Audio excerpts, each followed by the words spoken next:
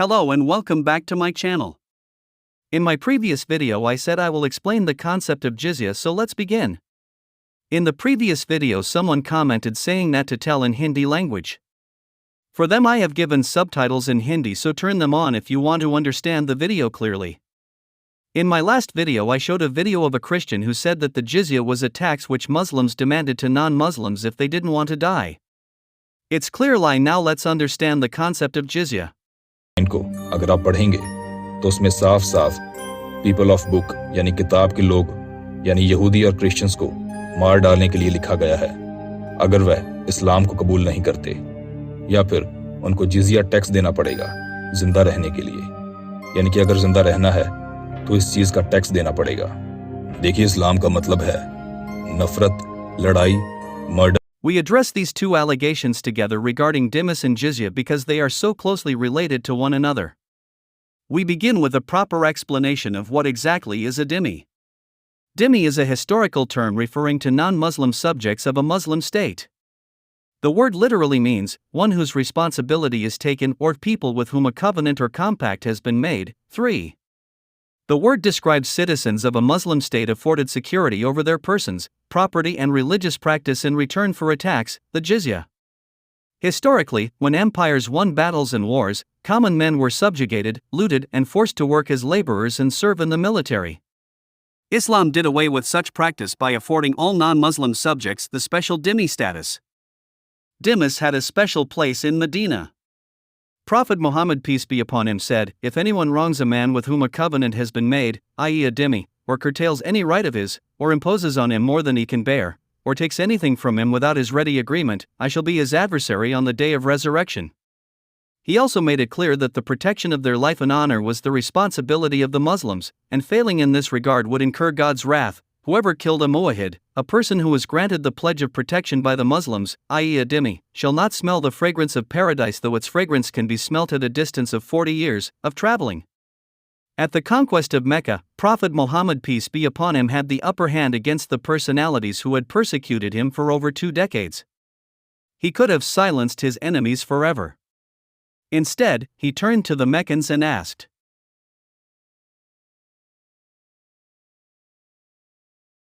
Even before the conquest of Mecca, the Charter of Medina set the precedent for the treatment of muwahhids. Dhimmis are those non-Muslim subjects who become subjects after a war.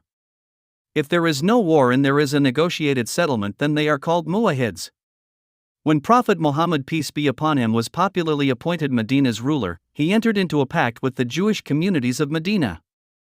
Through this pact, he granted equal political rights to non-Muslims. They were ensured complete freedom of religion. They were not required to take part in the religious wars of the Muslims, but were required to fight a common enemy of the state. Even as the head of state, Prophet Muhammad afforded non-Muslims the same social status he afforded Muslims. For example, once a funeral procession passed before Prophet Muhammad, S.A., and he stood up, out of respect. He was told that he, the dead man, was a Jew. Upon this he remarked, "Was he not a human being, or did he not have a soul?" I explained the pact with Jews in detail in this video, go check it out. After the Prophet Muhammad's demise, non-Muslim inhabitants of the fast-expanding Islamic Empire enjoyed the same dignified treatment. When Umar, may Allah have mercy on him, second Khalifa of Prophet Muhammad, peace be upon him, conquered Jerusalem, he entered into a pact with all inhabitants of the city, declaring the following.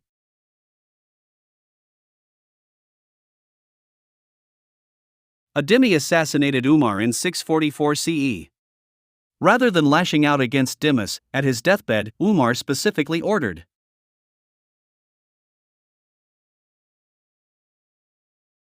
The example we see from Umar specifically condemns taxing dhimmis beyond what they can bear.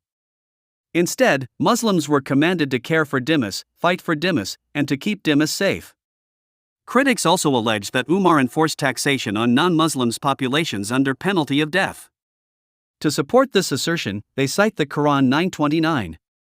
Nowhere does this verse suggest that death is a penalty for not paying your taxes.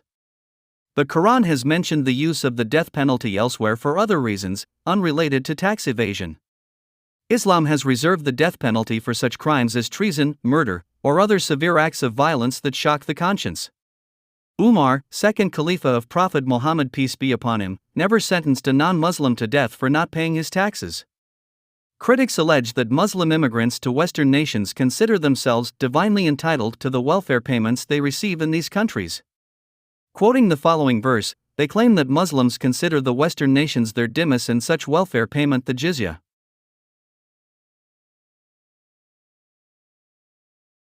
Obviously, even plainly reading this verse demonstrates that no connection exists between the allegation and the verse itself. Having established that Islam required Muslims to protect dhimmis with equal and just treatment, we transition to the allegations regarding jizya. Remember, the term dhimmi literally means protected.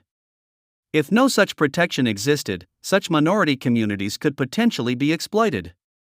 The jizya tax was the only tax imposed on non-Muslims, and it was less in number and amount than taxes on the Muslims of that state. The term jizya comes from same Arabic root as jaza, which means reward and compensation. So according to Sharia law, that money returned to the minorities.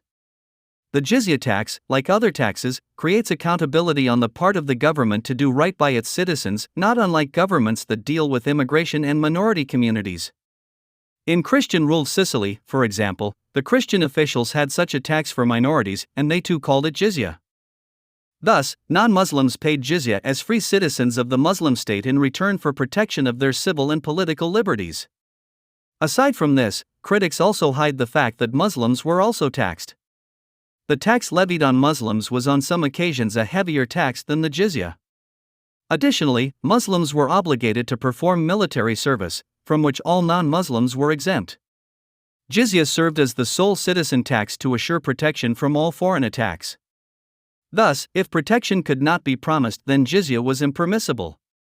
In his book The Preaching of Islam, Thomas Arnold records a statement of the Muslim general, Khalid bin Walid, in a treaty made by Khalid with some town in the neighborhood of Hira. He writes, "If we protect you, then jizya is due to us, but if we do not, then it is not."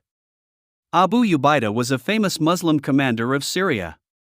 When he entered the city of Hims, he made a pact with its non-Muslim inhabitants and collected the jizya as agreed. When the Muslims learned of a massive advance towards the city by the Roman Emperor Heraclius, they felt they would not be able to protect its citizens. Consequently, Abu Ubaidah ordered all the dues taken as jizya to be returned to the people of the city. He said to the people of the city, "We are not able to defend you anymore, and now you have complete authority over your matters." Al-Azdi records Abu Ubaidah's statement as follows.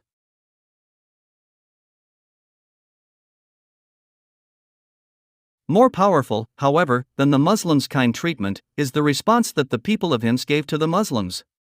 They replied,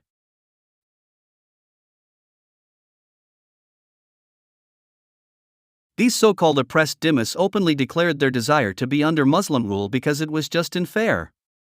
The famous French political thinker, Montesquieu, also highlights the fair treatment of non-Muslim citizens in Muslim lands.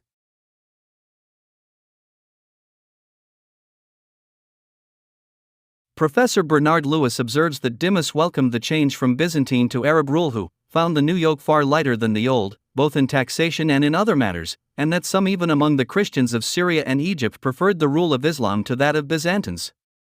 The jizya was not to be forcefully collected. It was a tax paid willingly as a favor for the protection of the state.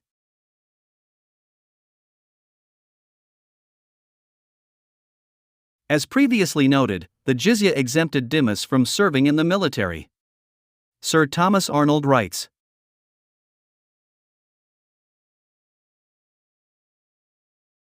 "The state is primarily responsible for protecting its citizens. In Islam, the state is also required to cater to the welfare of all its citizens. Besides other infrastructure, this requires the establishment and maintenance of armed forces, a working judicial system, and civil service. It would be unfair to only ask the Muslims to fund the state and exempt the non-Muslim citizens equal in status otherwise, hence, the jizya tax. Furthermore, only working men paid this tax. Women and children, the elderly, the unemployed, and the sick or disabled were all exempt. But while non-Muslim women were exempt from the jizya, Muslim women were required to pay the zakat regardless of whether or not they worked." Sir Thomas Arnold notes,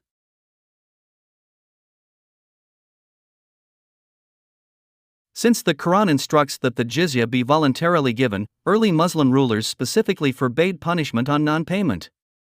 Sir Thomas Arnold writes, the collectors of the jizya were particularly instructed to show leniency, and refrain from all harsh treatment or the infliction of corporal punishment, in case of non-payment.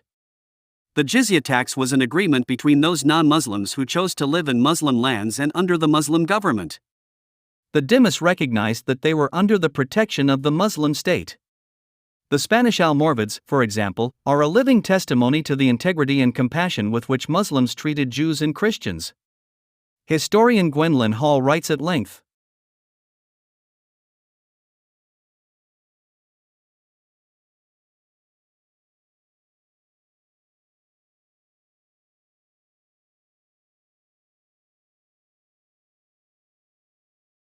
This is the history of Islam in Europe as it pertains to how Muslims ruled and treated those of other faiths.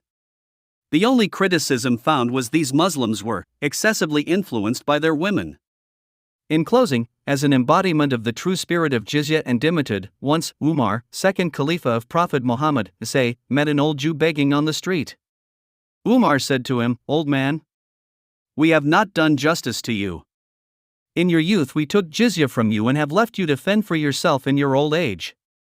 Holding him by the hand, he led him to his own house, and preparing food with his own hands fed him and issued orders to the treasurer of the Bayt al-Mal, treasury, that the old man and all others like him should be regularly allotted a daily allowance which should suffice for them and their dependents. Hope you enjoyed today's video. If you think that I made these articles which I should on my own, then I have given the references in the description. Do check it if want the references. I will meet you in the next video. Until then, Assalamu alaikum.